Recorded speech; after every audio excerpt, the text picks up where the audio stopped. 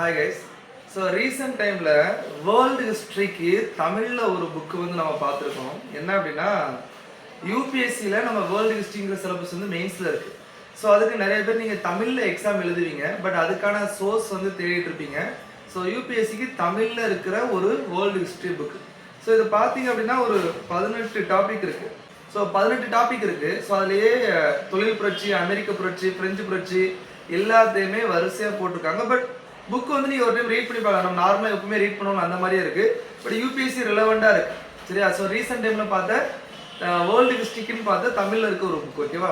So இது இப்போ எந்த மாதிரி போயிட்டு இருக்கு அப்படின்னா, ஆக்சுவலாக இப்போ நம்ம 3 இயர்ஸ்லாம் படிக்கிறாங்கல்ல வேர்ல்டு ஹிஸ்ட்ரி, இல்லைனா வந்து காலேஜஸ் படிச்சுட்டு இருக்காங்கல்ல, அந்த மாதிரி காலேஜஸ்லையே ரெஃபர் பண்ணி அவங்க பர்ச்சேஸ் பண்ணிட்டு இருக்காங்க. ஒன்று இம்பார்ட்டண்டாக என்ன யூனிக்னஸ் இருக்குது அப்படின்னு பார்த்தீங்கன்னா, ஸோ நிறைய மேப்ஸ் இருக்கும். வேர்ல்டு ஹிஸ்ட்ரினாலே நிறைய மேப் இருக்கும் இல்லையா?